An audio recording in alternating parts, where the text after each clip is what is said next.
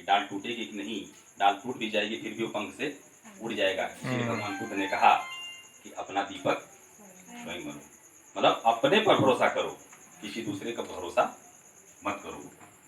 तो अब जो है हम लोग इस कार्यक्रम को आगे बढ़ाते हुए, और बाबा साहब ने संविधान में एक किताब लिखी थी, उस समय जो है प्रॉब्लम्स ऑफ रूपीज जो किताब है, जब जो भी भारत का वित्त मंत्रालय पर जब बैठता है तो उस किताब को जरूर पढ़ना पड़ता है, और उसी किताब को पढ़ने के आधार पर देश की अर्थव्यवस्था को कंट्रोल किया जाता है।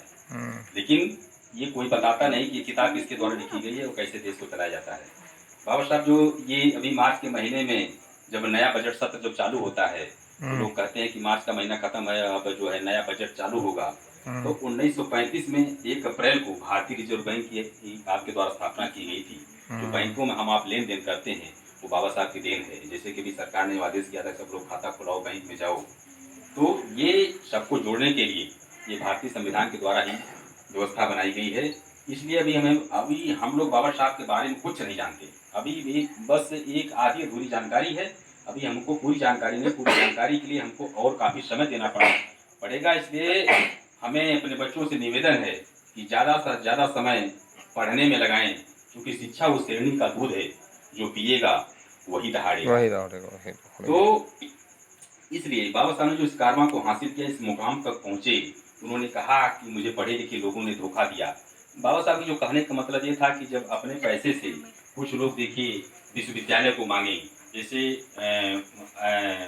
जौहर विश्वविद्यालय अलीगढ़ का जो है ये मुस्लिम विश्वविद्यालय, और उसमें वो मांगे थे क्या नाम है हिंदू विश्वविद्यालय बीएचयू मांगे थे। लेकिन बाबा साहब ने कोई विद्यालय नहीं मांगा। बाबा साहब ने कहा उसके बदले मुझे वो धनराशि दिया जाए कि मैं अपने समाज के लोगों को पढ़ने के लिए विदेश भेजूं। और उन्होंने स्कूल विद्यालय न खुलवा के उतने 16 या कुछ 26 लोगों को बाबा साहब ने विदेश पढ़ने के लिए भेजा उस पैसे से, कि मैं अकेले पढ़कर आया हूँ। अगर ये 26 लोग विश्व में वहाँ से लंदन से पढ़कर जब भारत में आएंगे तो हमारी ताकत बहुत ज़्यादा होगी।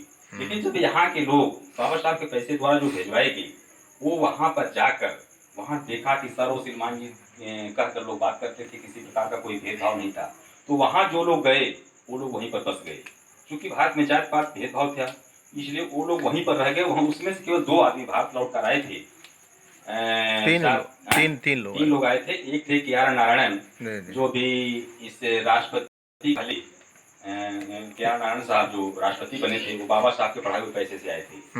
के आर नारायणन के द्वारा लखनऊ में अम्बेडकर जो एक अम्बेडकर महासभा है विधान भवन के सामने, कभी आप लोग लखनऊ जाइए तो अम्बेडकर महासभा जरूर जाइएगा, क्योंकि अम्बेडकर महासभा में बाबा साहब की उनकी दूसरी पत्नी के द्वारा बाबा साहब की राख उसमें रखी हुई है।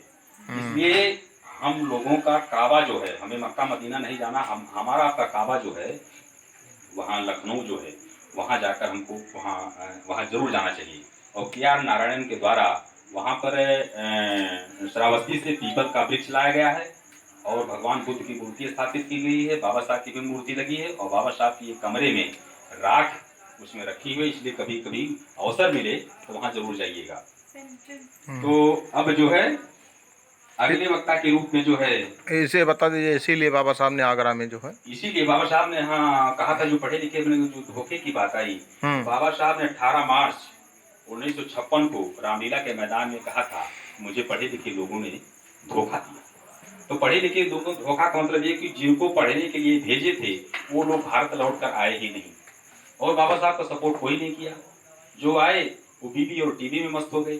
इसीलिए बाबा साहब रो रहे थे रामलीला मैदान में कि मैं इस कारवां को बड़ी मुश्किल से लेकर यहाँ तक आया।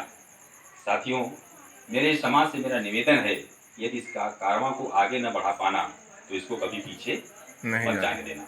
बाबा साहब अपने हाथ से आगरा में चक्की पाट एक स्थान, हम लोग आगरा गए थे, बलराम से कार्यक्रम लगा था, तो संयोग ऐसा था कि ताजमहल देखने के चक्कर में उस स्थान पर हम लोग नहीं जा पाए जहाँ पर बाबा साहब अपने हाथ से भगवान बुद्ध की मूर्ति स्थापित किए हैं। उसको हम लोग नहीं देख पाए। शायद भविष्य में कभी अवसर मिले तो वहाँ चलेंगे, लेकिन वो बाबा साहब के हाथ के द्वारा वहाँ स्थापित गई। जिस विद्यालय में रात में ठहरे थे वो स्कूल भी वहाँ है आगरा में। तो इसलिए जो है हमें आपको जो है शिक्षा के आधार पर इस 300 के साल में लंदन में खंघारा के 300 के साल में सबसे ज्यादा पढ़ा लिखा लड़का ये मेरे कॉलेज से कौन निकला।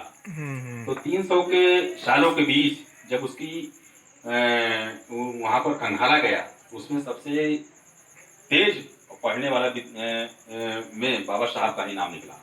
तो इसलिए बहुत बहुत बाबा साहब को सिंबल ऑफ नॉलेज, वो बराक ओबामा जो राष्ट्रपति था वहां पर जो है वो बाबा साहब को बात दी कि symbol of knowledge doctor B.R. Ambedkar Columbia विश्वविद्यालय में बाबा साहब की मूर्ति को लगवाकर उन्होंने कहा यदि बाबा साहब अमेरिका में पैदा होते तो मैं इनको सूर्य पुत्र कहता, लेकिन भारत में इनकी क्या दशा है अब वहाँ के लोग जाने।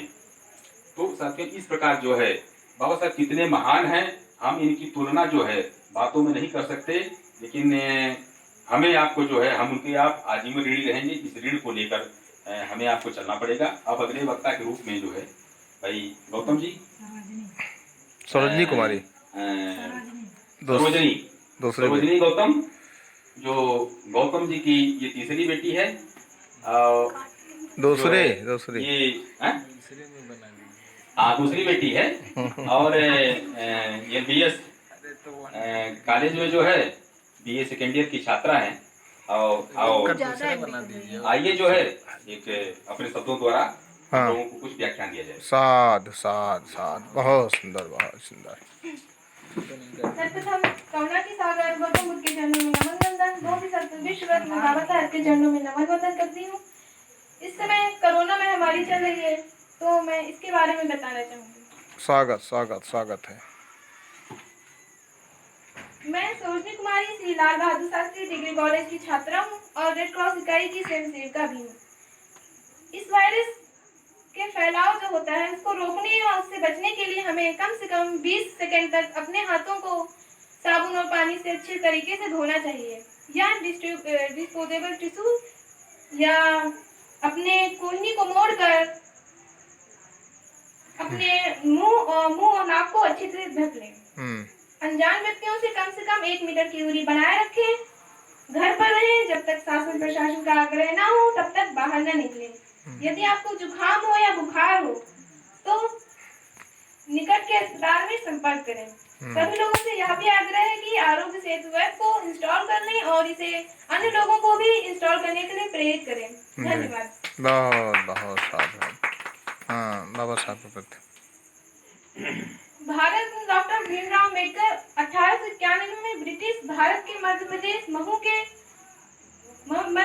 के महू में पैदा हुए थे। बाबा साहब का बचपन शोषण, पीड़ा और भेदभाव में गुजरा, लेकिन अपने विचारों में अधिक और असाधारण व्यक्ति के धनी डॉक्टर भीमराव अम्बेडकर जी ने न केवल राष्ट्र निर्माण में योगदान दिया बल्कि प्रखर बुद्धि और क्रांतिकारी विचारों से समाज के हर क्षेत्र में आमूल बदलाव पर पुरजोर कोशिश की। उन्होंने सामाजिक, आर्थिक, राजनीतिक, शैक्षणिक, संवैधानिक क्षेत्र में महत्वपूर्ण योगदान दिया, जिसके लिए पूरा देश हमेशा उनका ऋणी रहेगा।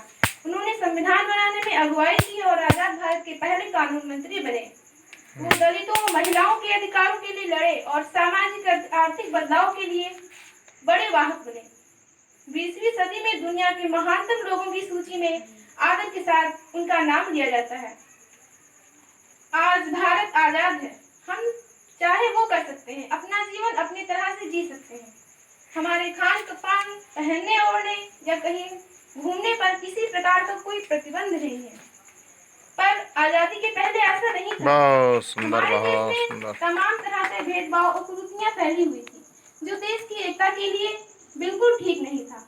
किसे पता था कि मध्य प्रदेश के एक छोटे से गांव में बेहद सामान्य परिवार में सामाजिक शोषण और भेदभाव का शिकार एक बालक पूरे देश में इस अन्याय के खिलाफ एक ऐसी चिंगारी लगाने जा रहा है जो हर तबके के मसाल का रूप धारण कर लेगा।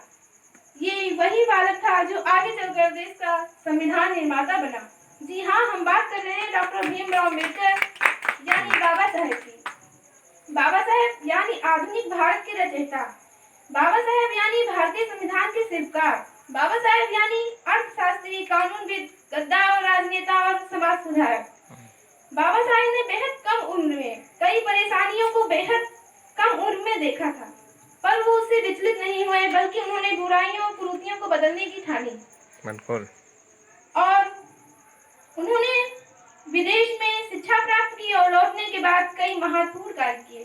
वे समता मूलक समाज की स्थापना और कानून तौर पर समाज को सक्षम बनाने के लगातार संघर्ष करे। हमको भी यही करना है, संघर्ष करते रहना है जब तक कि हमें सफलता न मिल जाए। जय भीम, जय भारत। बहुत बहुत साधुवाद भाई, बहुत बहुत साधुवाद। स्पीच धन्यवाद। आपकी। अभी देखिए आपकी बेटी द्वारा जो है समाज को बाबा साहब के जीवन परिचय पर संक्षिप्त विवरण दिए। अब के उनके नंबर है नंबर ना है जो है इस प्रकार जो है हम बच्चों को प्रेरित करें तो और समाज को आगे बढ़ाते रहें। बढ़ाने के साथ साथ जो है अभी स्पीच हो रही है। उसमें चुप रहो, शांत रहो। हम लोग अपने मिशन के तहत काम करते रहें बराबर।